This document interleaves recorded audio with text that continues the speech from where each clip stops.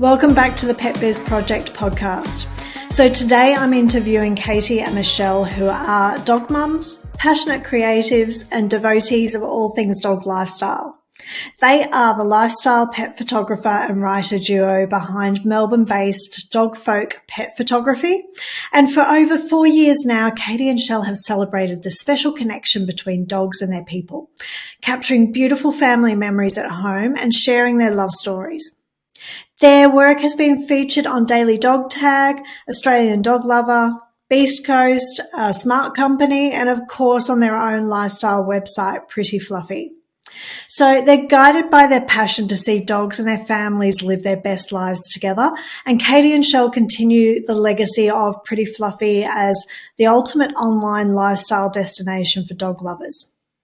One that showcases the best pet brands and pet photographers, keeps up to date with all the latest pet products and trends, and promotes animal health and well-being and nurtures a community that inspires dog lovers from all walks of life. So Katy and Shell live in Melbourne, Australia, with their two much-loved Cocker Spaniels, Ziggy and Sunny, and we have the pleasure of having them join us today on the Pet Biz Project. Today, we talk about how you can create great product placement images for your brand with some quick and easy tips on how to keep things simple and do it yourself at home. We also talk about what it looks like to hire Katy and Shell to help you create amazing brand and product images for your business. They also share their inspiration to create a community of like-minded dog-loving folk and to help small businesses to have greater reach with their pet products than what they could maybe achieve on their own. We also talk about the importance of diversifying your marketing efforts in your business and not placing all your eggs in one basket, and how some of the social media platform algorithm changes have created challenges for them in their business and how they overcame these. So join us on this episode with Katy and Shell as we share with you some of the ways you can build meaningful relationships with pet parents. Enjoy.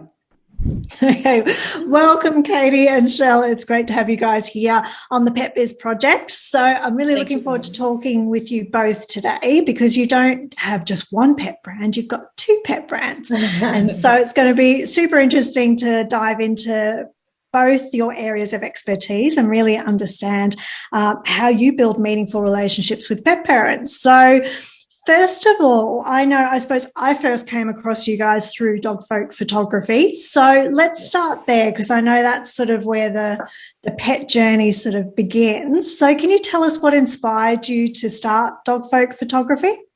Yeah, absolutely. So I've been a family photographer now for about 10 years. So I go into families' homes and take photographs of their children and newborns and maternity sessions and that kind of thing. So when we got Ziggy, we kind of realized that there was actually nobody taking photos in pet parents' homes. It was always, at parks or in studios or that kind of thing. So, and because it's such a popular industry for children, we were kind of like, well, why is nobody, doing that? The fur children. The fur children, the fur kids, exactly. Because, so much magic happens at home. So why, so that's what we thought, are we crazy or should we just give this a go? So, so that's sort of where the initial idea came from. Yeah, we were like, well, is no one doing it because it's not popular or just no one sort of thought of this style of pet photography? So we definitely took a chance. And it's worked out well for us. So yeah, because I know from my own experience with my girl Ash, she's a Labrador, but she's quite nervous. She's a nervous little anxious girl sort of thing. And I know sometimes that, when we've had photography done like out in parks and things like that, it just exacerbates that anxiety a bit. So whereas in the home, exactly, there's so much going on around them, whereas in their own home there's just that sense of comfort and trust and security, isn't there, which must help a lot with when you're taking photos. Absolutely. I mean, it's always such an achievement to us when we have families, we get them to sort of lie on the bed and cuddle their dogs and close their eyes, and they just pause for this 5 minutes, and we're like, wow, it's actually such a beautiful thing to capture. It is because it's quite an intimate thing because we are in people's personal spaces, like in their homes, like on their bed sometimes, like on their couch, and it's people don't know us, but like I think we get to know our clients really well, on a really lovely personal level. So there's many benefits to in-home pet photography, and calming the pups down is one of them, and also being a real personal shoot as well, because when you're at home, your home really reflects your family and your personality and things like that. So it's got that real personal element to it as well. And everyone's different, which we love. I'm a bit of a snoop, so I like to go and see people's homes. And that's the real reason we started. We're just nosy. Tell the truth. Get some interior design tips while you're exactly. Well, we're such homebodies. Like me in particular, love home and home style and that kind of stuff. So just a bit nosy really. No, that's great. And with Dogfolk Photography, you don't just do sort of photography for pet parents, do you? You also do it for pet brands as well? Yes, exactly. And I think what's really awesome about that is I think more and more pet brands are leaning or realizing the value of lifestyle photography for pets, because pet parents love spending time with their dogs at home. And I guess especially post-pandemic and that as well, we all spend a lot of time with our dogs at home. It's instantly relatable. I think. And it has that warm, again, it's a warm personal feel about it, as opposed to, like studio photography or outdoors photography. I mean, they have their benefits, of course, and some brands have a real strong modern look. They're gorgeous and they really suit studio photography. But other brands, they can really benefit from a lifestyle feel to their brand and to their imagery and everything. So, we've definitely been working more with brands, especially this year as well. We just did a big shoot recently, actually. We had a wolfhound round for tea and a Miller dash hound. So, that was really good. Different size scales, but it was great. Keeps life interesting, doesn't it? I suppose gone are the days where, the pets or the dogs especially were just, stuck outside in a dog bed outside. And these days they're in, which is great. There's so much in our homes. They're part of the family. They sleep on our beds. They share the couch with us and that. So it's great that you're capturing those moments, those special moments that we have in the home with our pets. And then, so how did that lead you guys then to your lifestyle blog, Pretty Fluffy? How did that come about? Well, I think the timing of it all was just so funny, because we've been in the pet industry since 2017, so quite a while. We've come to know a lot of small pet brands, particularly Australian pet brands, and just sort of being immersed in that community and everything. And I think we really saw that there was a space lacking, particularly in Australia, like an online platform that can support pet brands. So we were already sort of talking about the possibility of starting up a website. Or expanding Dogfolk. We were already telling stories on Dogfolk about the families behind, our shoots and everything. So we were already we already had a bit of an editorial element to our own photography site. So we were already sort of having some ideas about another platform. And then it just so happened that Pretty Fluffy went up for sale. Which was quite amazing because, Serena, who's the original editor of Pretty Fluffy, just amazing. She was one of the OG dog bloggers. She really was. This was 10 years ago. I mean, I think she started 2011, something like that. So, so we were like, well, why start something from scratch when we can take over a platform that's been it's been so admired and held up in the sort of dog lovers community from dog mums, and not just in Australia but in America in particular. It's really popular 10 years. Because you've got very much a global audience with Pretty Fluffy, haven't you? Our readership. Thank you. Our readership is majority US based. And so it's majority US based. In Australia, Canada, Australia, and the UK are the other sort of big readership, sort of big audiences there as well. So you're really providing such an opportunity for, especially those small pet brands, the startups that just, it's so difficult getting that exposure when you're just starting out and getting in front of people, but then to be able to access a platform like you've created that doesn't just put them in front of Australian pet parents, but globally positions their brand. Absolutely. So, and that was such a selling point to have Pretty Fluffy, you know, to be able to do that for the small Australian brands. And that's definitely an area that we're really trying to grow is our Australian readership, which we've definitely done in the last year or so that we've had it. Hey. Yes, continue to do so. So so it's exciting in that way.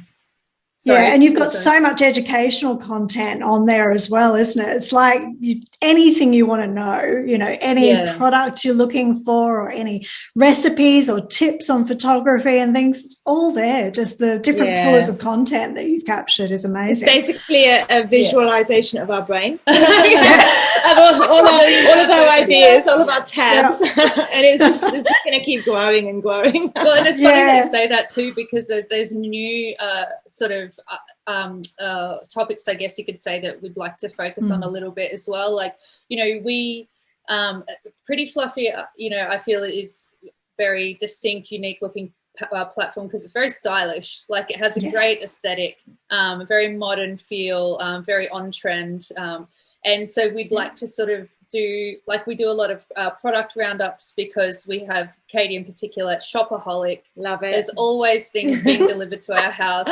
So she really has a sort of eye on the trend of you know, products that are, you know, trending and things like that. Did I read that Ziggy's got like 7 dog beds or something? Oh, let's not get into details. Okay? No judgment. Okay. 7, and she's already talking about more. So it's like they need to be in like every room of the house. You got to test different purposes. Exactly. Oh yeah, exactly. You got to practice what you preach. Yeah, exactly. It's funny.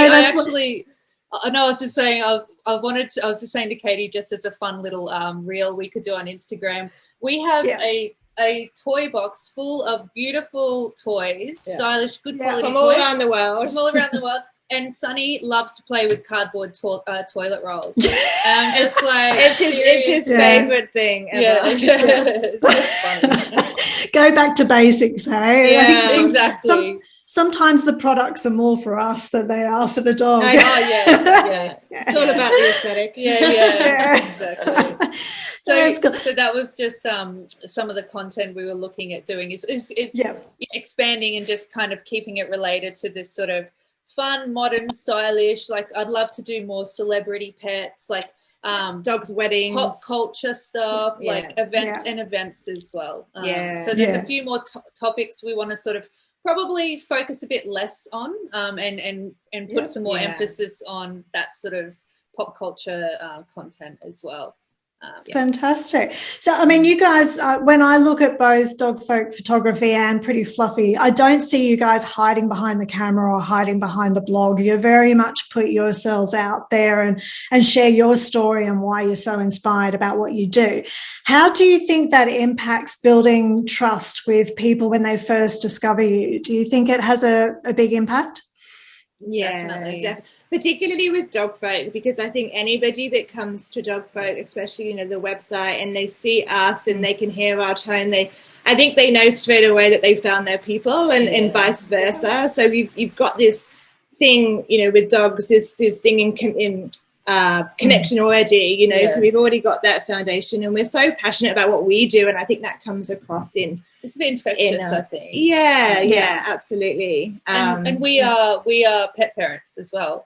We're dog mums. And this is our community. So our clients for through Dogfolk, for example, we are who we offer our services to, and it's very similar to Pretty Fluffy. Exactly. You know, because that's a B2B and B2C audience, but in both respects, like, we're all part of this dog mum or pet parent community. So there's that connection there, and it's all very relatable. And exactly. Yeah, they need to feel like that you get them, I suppose, coming into the home and stuff. They need to feel like you understand, you know, any fears or, you know, things they might be feeling nervous or anxious about or something that could then impact the pets as well. So that's good. Absolutely. And I think we don't hide the fact that we are a little bit awkward in front of the camera ourselves. And I think that in itself is quite relatable for people, you know. So we're not going in saying this is going to be easy. Like, you know, we understand that it's uncomfortable and you're feeling vulnerable, and we get it, but you're going to love this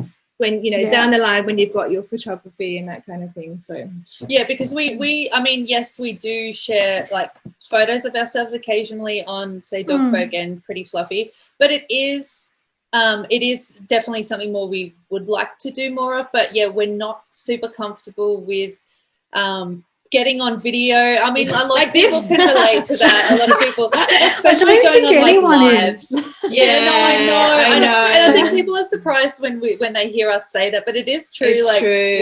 we really don't like it. We love, but the thing is, every time we do, we have such great feedback from everyone. We need to see you more. I know. We're like, I'll stay behind the camera. Yeah, exactly. I know. And I'm the same. I hate being on film. I hate having my picture taken, sort of thing. But, you know, even just with us starting our podcast and, you know, we put a video version on YouTube and we have the audio, just the amount of relationships that has brought to us and opened so many doors in just building trust with people and letting them in a little bit to get to know us before they actually reach out. And, you know, it makes such a difference for businesses. And a common concern that I hear from business owners is like, well, if I put my face over everything and if I'm the brand, then what happens if I want to sell that business or something in the future? But I just never see that being a hindrance sort of thing, because you can always start to distance yourself or something as you sell the business. But it makes such a difference with building trust, I think. Just showing a little bit of yourself. So absolutely. Yeah, and you're going to be more top of mind for those people because you've made an impression with your personality or just being yourself. So there's huge benefits in doing that. Yeah, and it's such an emotional bond between pet parents and their pets that you have to go to that emotional place with showing yourself, I think. So absolutely. That trust. So fantastic. So I know you guys have helped us with commercial photography with pet brands as well, and you know, we just hear raving reviews about what you guys do. But can you explain, because it's fantastic photography, can you explain for those that aren't familiar with commercial pet photography, or maybe they're a startup and they haven't even considered getting somebody professional to take their product photos or something? Can you walk us through a little bit like what it looks like to work with you in terms of commercial photography for pet brands? Yeah, well, I suppose it's different because when you say commercial pet photography, it can be different because, I mean, you can do little product shoots or that don't have dog models involved, or you can have a big on-set, absolutely, home, yes, on location, several dogs, several outfits, that sort of thing. I mean, the biggest commercial shoot we've done was we flew up to Sydney and went into the offices of a Pet Shell, a pet company, pet insurance company. And that was incredible experience. That was the absolute best, wasn't it? Yeah. It's so diverse. But I guess, I mean, the initial thing would be we just discuss the product and we just see, because every photo has a different vibe and every brand has a different vibe. So, you know, I think that we're very open to sort of what people want, and I think the in-home thing really sells. So I think we're just, if you're looking, but I suppose so the question is more sort of if you're a starting out pet photographer and starting out with commercial pet photography, do you mean like what would be some tips in that respect? Yeah, what I'm thinking of is particularly, I mean, we as Pet Biz creatives, we particularly work with like startups and small businesses that, you know, they've got one product or a small range of products and they're just trying to grow their presence, and they might get to a point where they're starting to think about paid advertising or something like that to send more traffic to their brand. And they realize that they need content and good quality content too, not just like getting your phone out and taking a quick shot. So that's usually when we hear from clients, I suppose, when they're looking for, okay, I need somebody that knows what they're doing, that's going to get the right shots that I can use for, you know, promoting my product and getting the best results from new traffic. And I suppose you guys guide that process a bit with those brands as well, don't you? Telling them what kinds of photos would work well for their products. Totally. And that's the good thing about doing in-home, being able to shoot in-home as well. We have a beautifully a naturally lit home. We also have a small studio space. So we've got more flexibility to do different size shoots as well. It's not like every shoot we do is going to be on set somewhere at a huge cost. You know, a lot of startup brands, of course, their budgets are, you know, very stretched. Super small. So, you know, we talk to clients and just talk about their needs and what's the priority at the moment. Like, you know, we can do it bit by bit. So they've just got some content for now, and then revisit later, you know, take it step by step. It doesn't have to be overwhelming for them. And we can offer a range of styles, you know, like we've got backdrops and everything if you want. And usually they have like a rough idea.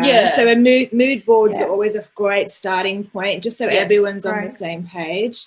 And some things wouldn't be a fit for us, you know, but those things would be they'd come up because all people have to go by is their competitors usually. So they're like, we love this by this brand. Can we create something similar? Or different? Same, but different. So I think mood boards are definitely a great starting point, and then you sort of go from there. We would just encourage, like, you know, any small brand to just talk to us, you know, like just start a conversation.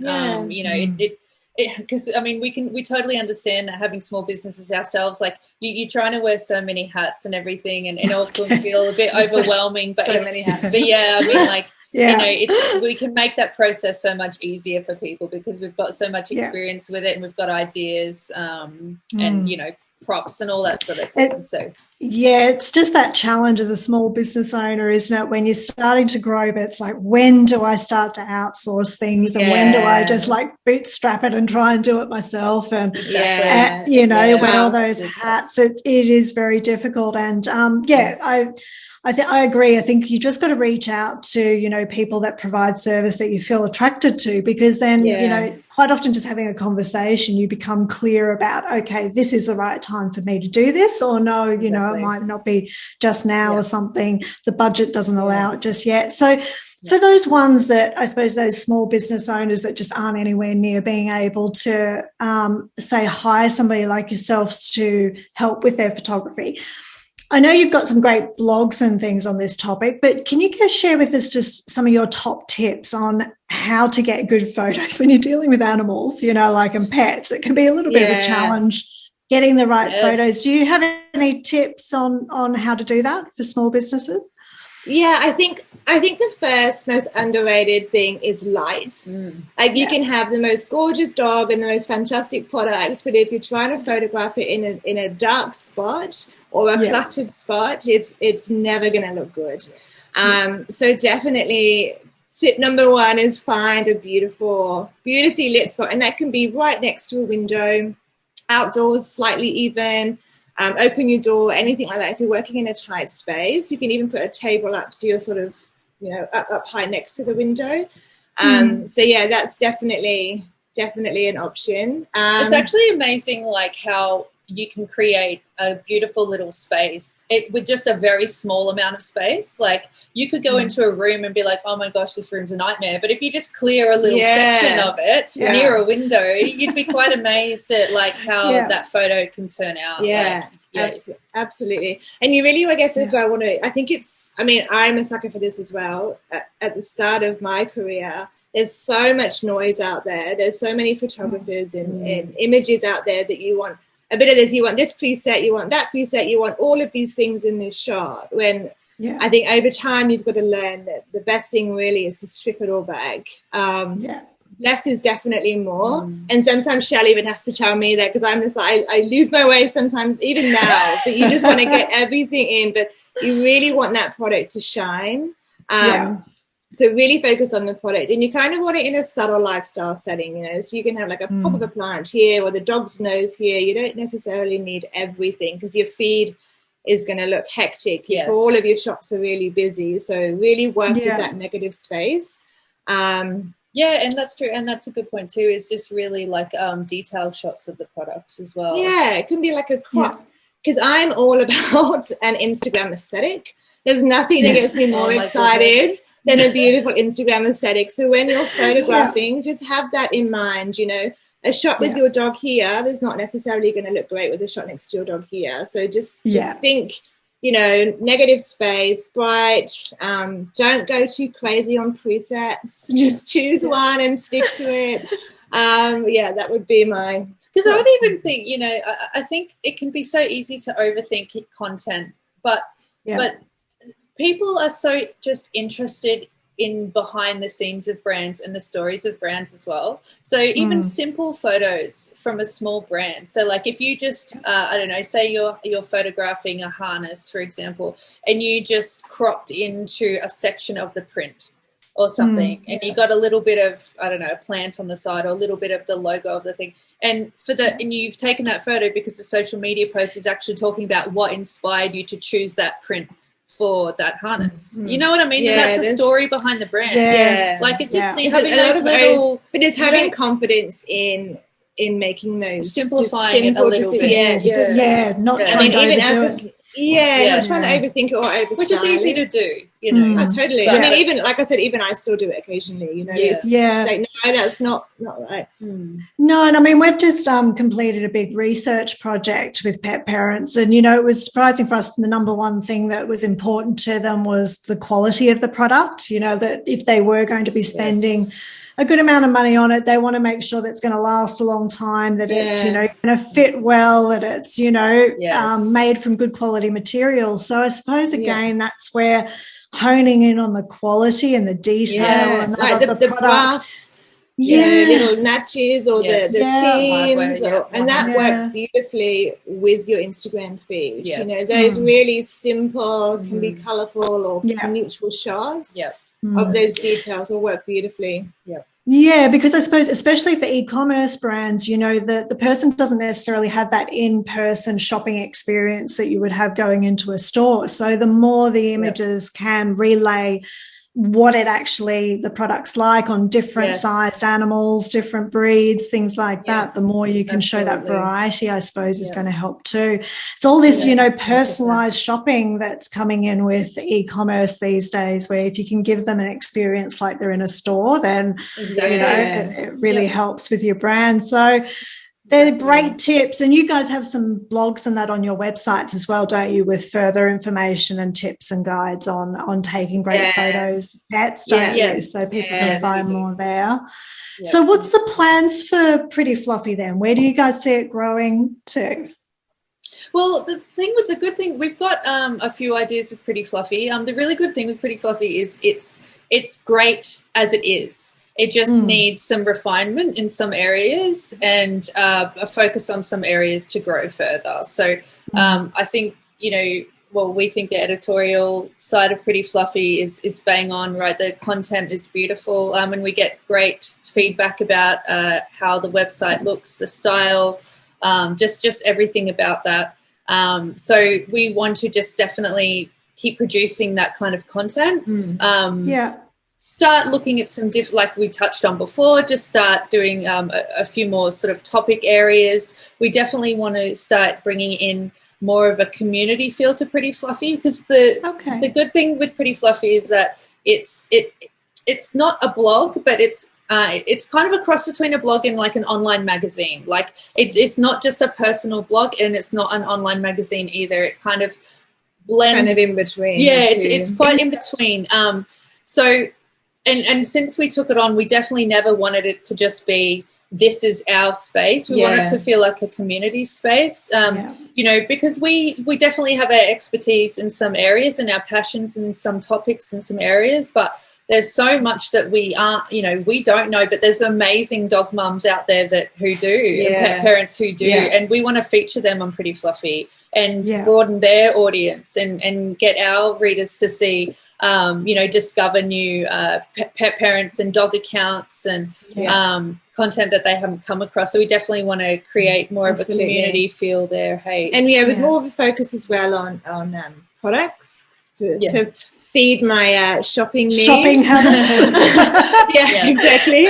So definitely well, yeah, a lot more product features, a lot more product features. We need to do brand. more recipes. Yeah, recipes is because Serena was big she on was recipes. Queen on recipes. Like she had her recipe, and we love recipes. It's just one of those things we just don't get. Unfortunately, we don't get around to enough, and that is an area we do feel like we're lacking. But again, it's an area where we want to feature. Bringing somebody in, parents being in, yeah, absolutely, and we just want, we definitely want to increase the features. I'm pretty and open it up. I mean, just some of the recipes out there these days are amazing. Like, I know, licky mats and things. I know. Like, oh my gosh, it's like a gourmet.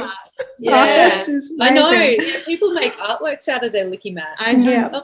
I know, it looks amazing. Eat it because it's like ours just get like a splatter of peanut butter, a dusting of liver chips, yeah, exactly. It's like a Jackson Pollock, right? You just yogurt. Well, and also I've got a Labrador. It literally lasts 1 second, if that. So it's not worth spending so much time making it look beautiful because she just destroys it in a second. Yeah, I know. You get to appreciate it for a minute though, so that's okay. That is good. That's great because I think one thing I've noticed a lot working in the pet space over the years is that there's less competition mindset out there these days. Like I think, I noticed probably about 4 years ago, there was a lot of competition, mindset between like different pet businesses and they're starting up doing something like me. But it's so much more community based these days, especially since COVID and lockdowns and that there was this huge boom in, especially online pet businesses just starting up. But I think it's lovely to see that there is so much collaboration and partnerships happening, which is really amazing and helping each other to grow. So it's great that you've got that mindset with going forward with Pretty Fluffy. It's a great opportunity for pet brands. Absolutely. And it is such a supportive community as well. I mean, again, it comes back to we all relate to, it's not easy to run a small business. And we know because we're doing 2 of them. So, we all relate to each other in that sense. Exactly.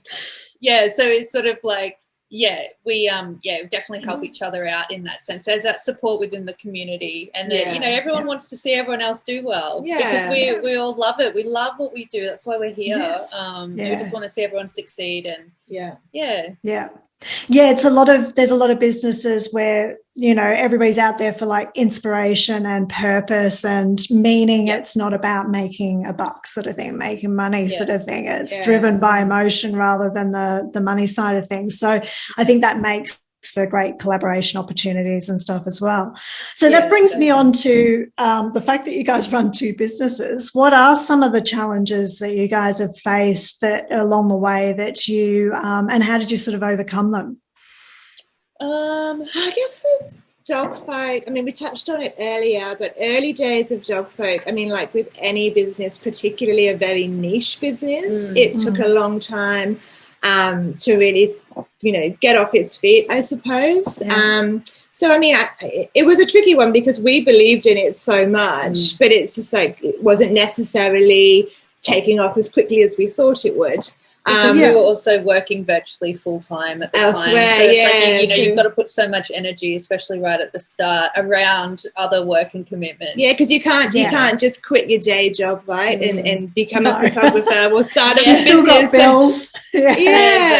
So we had this idea, but I guess, I mean, it's funny. I was thinking just today, actually, like I remember the first time that I remember exactly where we were the first time that somebody bought our full gallery set, and we were driving down Sydney Road, and we got the email through, and we were like, oh my god! But it took a while, to get to that point. But I think that, I guess our advice would be just to like stick with it. I think if you believe in something so much, it can take its time. And, I think that was our biggest learning thing ever, was just taking your time with it. Because it does take time. Absolutely.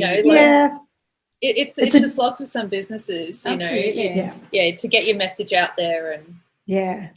And it's a journey, isn't it? It's not a, marathon, not a sprint sort of thing, I think is the attitude that, I'd fall into the trap myself, is like thinking that, I've got all these goals, all these things that I want to do, like starting up the podcast and things like that.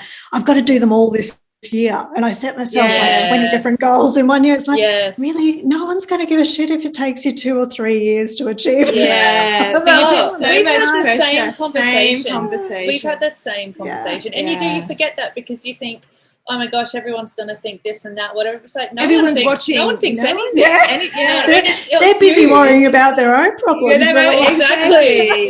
Exactly. Yeah. No, I think what you're saying is probably a very common feeling that business owners have.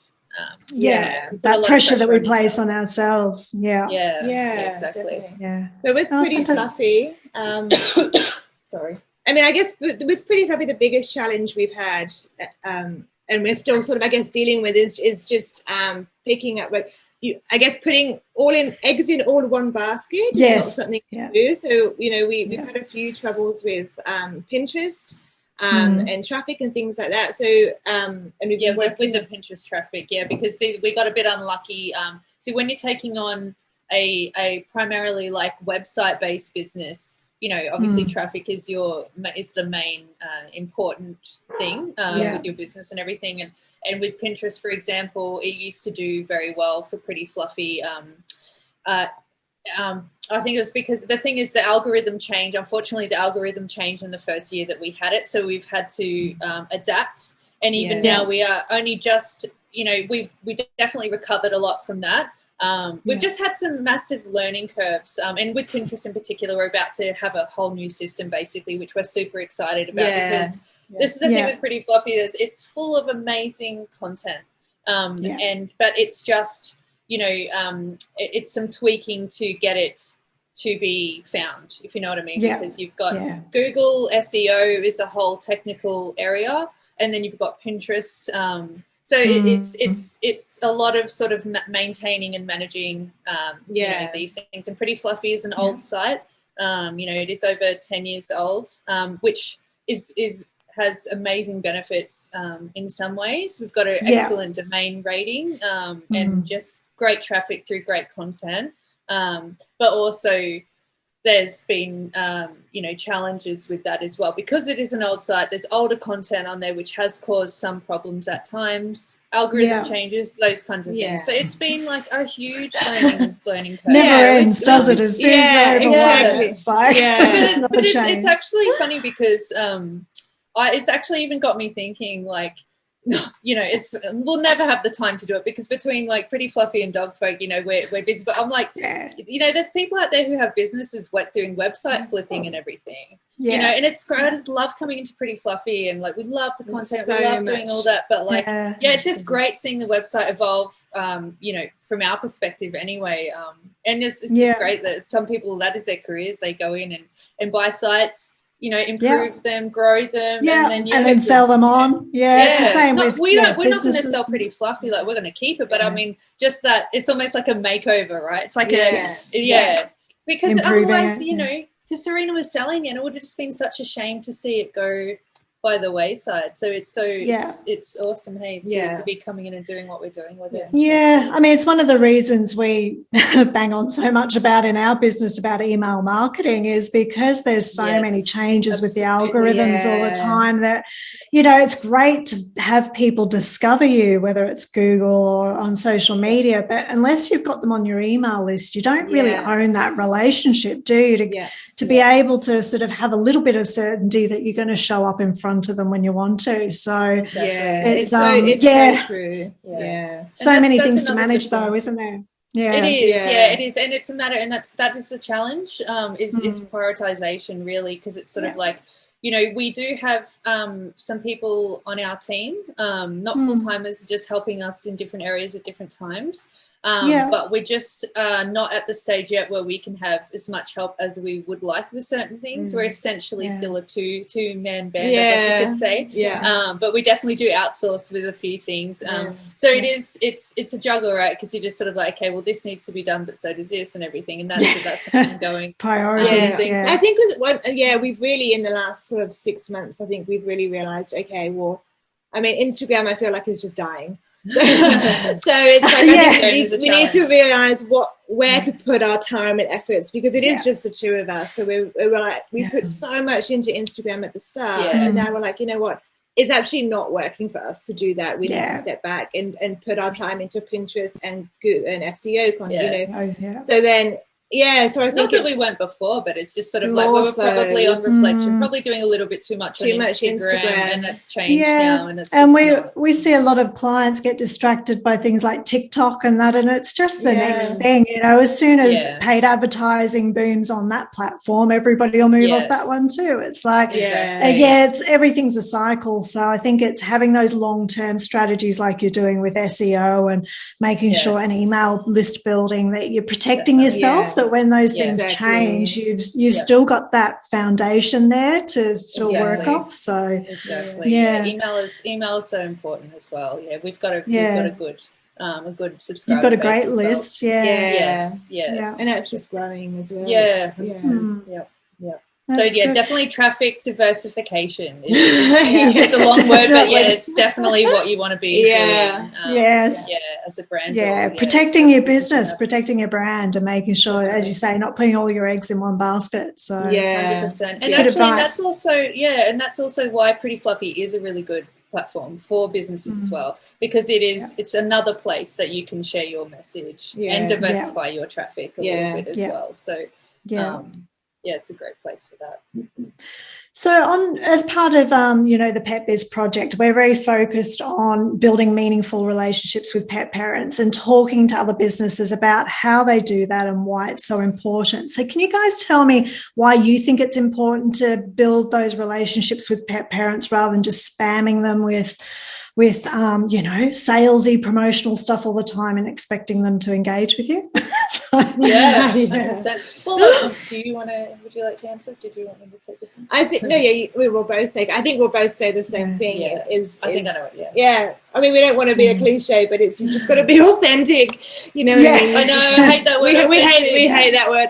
Be yourself. Be yourself. Be real. Just be and you've got to just get to know people and speak, like we touched on earlier, be vulnerable with people, and don't just put some of your story in there as well as selling your products. People buy into people at the end of the day. They don't buy the products, whether it's super, super, super cheap, they're buying from that person and their story. So, I think it's super important. Yeah, absolutely. People need to feel like they know you, you know what I mean? And it creates that trust and that connection with people. Like it's so lovely. Like, we're not on Instagram as much as we used to, but when we are on Instagram now 2 or 3 times a week, we have some great conversations with people on Instagram. And, I personally, because I think I'm on Instagram a bit more than you are, but I love that side of it. I love connecting with other pet parents and and it's just funny. It's lighthearted, 90% of the time. Sometimes it's, it's health tips or whatever, but like it's just so great connecting with people. And it's a two-way street in that sense, like people, trust us through speaking with us or whatever. And,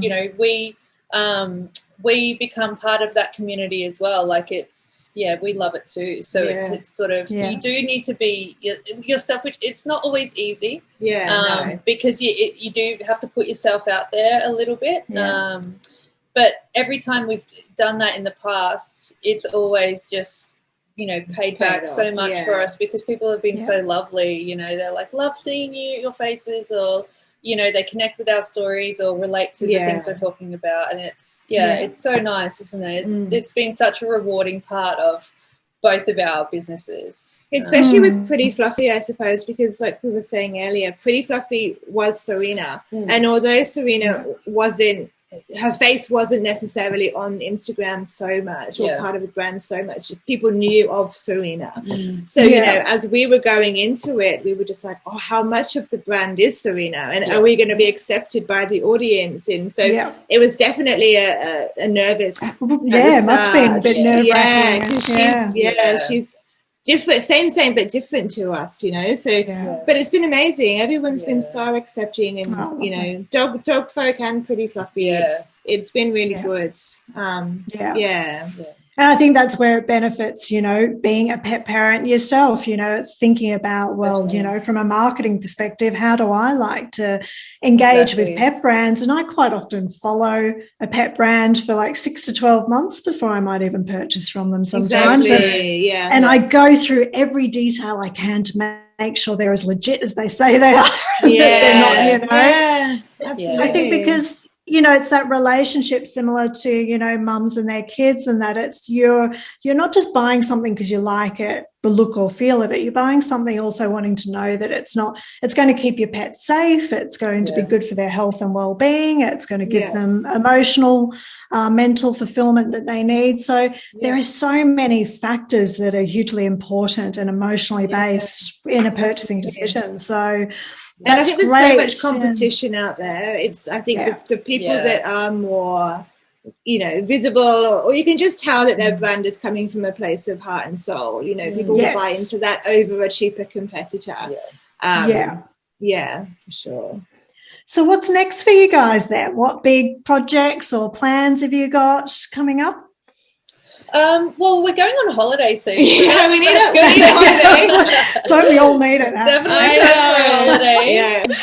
That's in a few weeks. That's the first. Have a good break. That's the first thing, And then as soon as we come back from that, with Pretty Fluffy, we're going to be going straight into our Christmas gift guides. So that's exciting because, and it's just sort of great, you know, sharing all the amazing products from pet brands here in Australia and America and things like that too. And I love it. It's just such a great range. I love seeing all the submissions come through when all the brands sort of want to share. God, there's just some great ideas and great products. So we're looking forward to that with Pretty Fluffy. Dogfolk, we've got quite a few bookings actually coming out, which is great. And Dogfolk finally, so it's funny, our logo was drawn by Shell and I in about 6 minutes in words. Like, you shouldn't be telling people that. It looks amazing. This is great.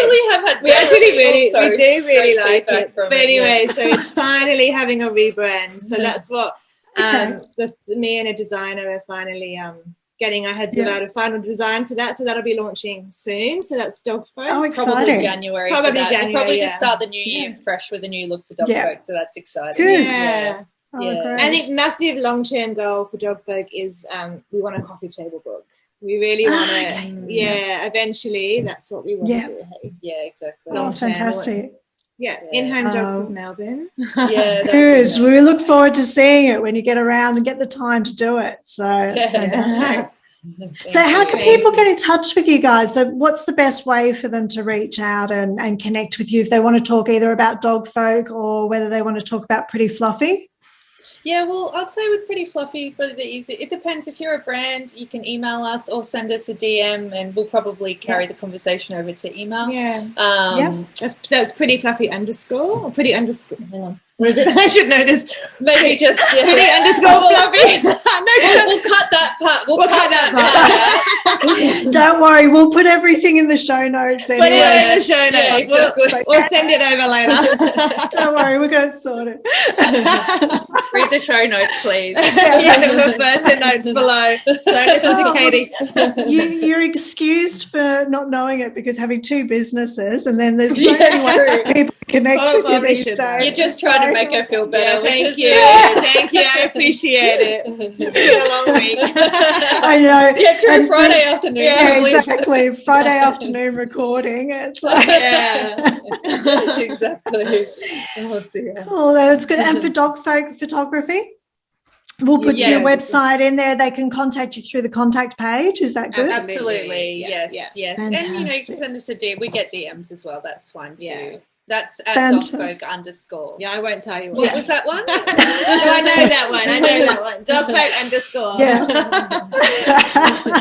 That's great. It's been absolutely wonderful having you guys on. I was really looking forward to recording this episode. So thank you so much for making time for us, and all the best with Dogfolk Photography and Pretty Fluffy.